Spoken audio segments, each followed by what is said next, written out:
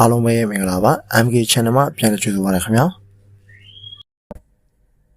ဗီဒီယိုလေးမစခင်ကျွန်တော်ရဲ့ channel လေးကိုကျေးဇူးပြုပြီး like and subscribe လေးနှိပ်ပေးကြပါဦးအားလုံးပဲမင်္ဂလာပါကျွန်တော်ဒီနေ့ဝင်ပြပေးခြင်းတဲ့အကြောင်းအရာကကျွန်တော် TikTok ပေါ်ကဗီဒီယိုတွေကိုကျွန်တော်တို့ဖြောက်ပြီးတော့ဆွဲမျိုးကိုကျွန်တော်ဝင်ပြပေးမှာဖြစ်ပါတယ်ဒီဥစားပထမကျွန်တော် TikTok လေးဝင်လိုက်မယ် TikTok လေးဝင်လိုက်မယ်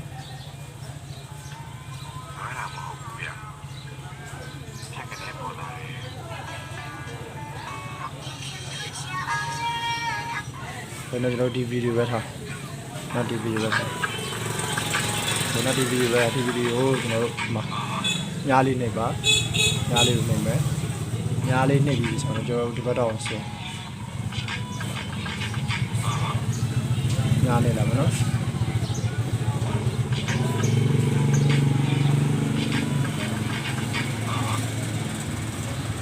ကျွန်တော်ပြီးလို့ရှိရင်ကျွန်တော်တို့ဒီမှာ copy ဆိုတာပါဆိုနော်ဒီဘက်တော့ copy နှိပ်လိုက်မယ် copy ပြီးကျွန်တော်ပြန်ထွက်မယ်ပြီးကျွန်တော် copy နှိပ်ပြီးတော့ကျွန်တော် Chrome နဲ့ချက်လောက်ပါမယ်နော် Chrome နဲ့တော့မယ် Chrome နဲ့ဝင်လာ Chrome နဲ့မှာကျွန်တော်တို့ search bar မှာကျွန်တော်တို့ S3 လို့ရမယ် S3 လို့ပေါ်လာနော် S3 လို့ TikTok နော် S3 လို့ TikTok နဲ့ဒီပေါ်လာပြီနော်ထိတ်ဆုံးမှာပေါ်လာအောင်နဲ့ဒီကျွန်တော်ဆောနာက TikTok ကနေ copy link ယူတာအကောင့်လေးဒီမှာ paste ချလိုက်လောက်နဲ့ဒီလိုပေါ်လာပြီနော်ပြီးကျွန်တော် download နဲ့ချက်နားတော့ဆောင်းမနော်ပြီးရင်သူကဒီမှာပြောတာ without watermark โอเคနော်ဒီမှာကသဘောတရား1 2ပေါ့နော်1နဲ့ကျွန်တော်ရင် down ရလာမယ်